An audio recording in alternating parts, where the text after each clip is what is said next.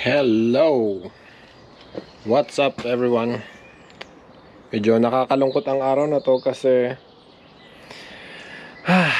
nasira yung e-bike ko. Ito pa naman ang memorable sa akin to kasi 6 years kong nagamit. And inayos ko, minodify ko.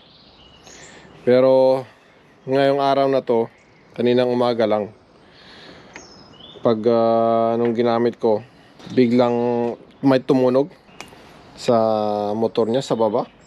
Ewan ko maririnig nyo. Yun. Yun.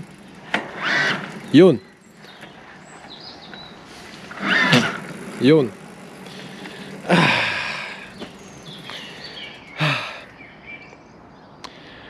After 6 years, tingnan nyo kung ilan ang nabiyahe ko.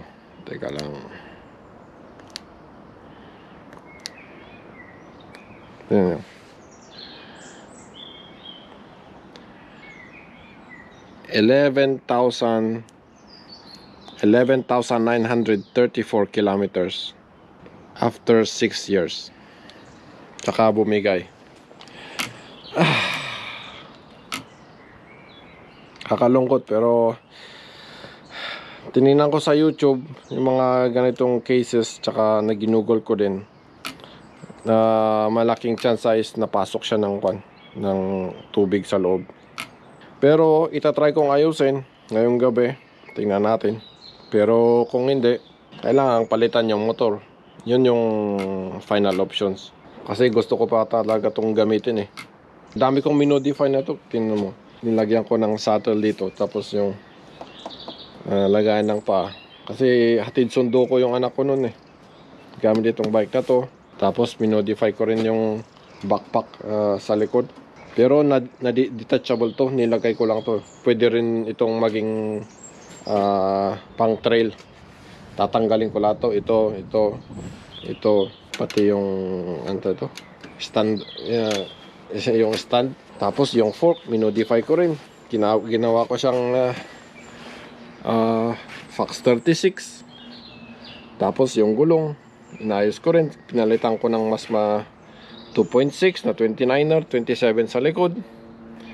Tapos yung brakes, minodify ko rin. Dati Shimano siya, ay Tektro yung brake pads niya. Pinalitan ko ng 4 pistons na Magura. Kakalungkot talaga. Dami kong pinagdaanan sa bike na to. Gumaan yung buhay ko sa 6 na taon dahil sa bike na to. Wala pa akong driver license nun. Ito yung naging kasakasama ko sa 6 na taon nun, nung wala pa akong driver license. Ngayon bumigay na. Wala, pag pinasok talaga ng tubig, wala na. It's either nasira yung bearing, palitan yung bearing kung pwedeng palitan.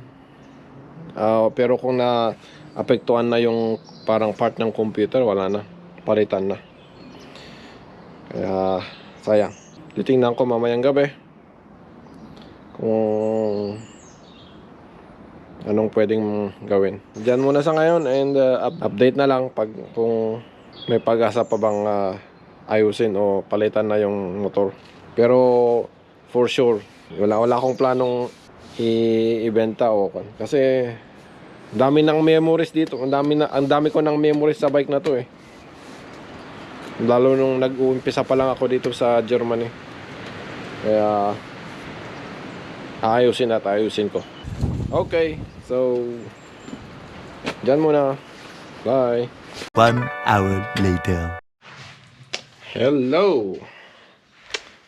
Update ulit sa pagdi-disassemble sa motor.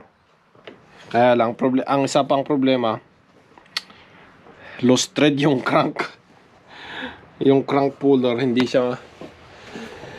na pwedeng yung thread ng crank. Hello James. Dito. Kaya kailangan kong sirain tong crank. Iga-grinder ko to. Bibili na lang ulit ng bago. Hindi mo na pang James. Kailangan ko ulit bumili ng bago. Kasi hindi na pwede itong ibalik eh. Wala nang kakapitan yung crank puller, kaya hindi mo siya matanggal. Kaya kailangan kong sirain tong crank. Bibili na lang ulit ng bago. Ganun talaga. 20 minutes later. Hello! So, update ulit. Ito, nasira na. Ito, tinanggal ko na.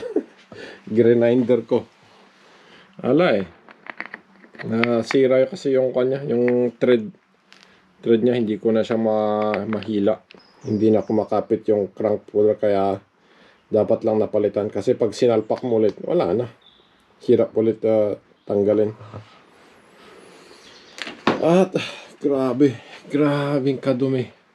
Pati yung saan yung gloves ko? Grabe, ito yung lock ring. Baliktad pala, reverse. Sa kabila naman, ito siya. Ito, grabe yung grasa dito. Parang natunaw yata yung grasa niya. Yun. Tatanggalin ko na lang ito tsaka ito. Tapos papadala ko sa boss technician. Tapos tingnan natin kung anong sasabihin nila. Kung sira na talaga at kailangan ng palitan, o kung pwede pang ayusin. 2 weeks siguro. Tsaka ewan ko kung magre-reply sila. Sabi nila naman 7 to 2 weeks. Kasi first i-diagnose nila. Tapos yun, mag-update sila, magre-reply. Kaya tingnan natin.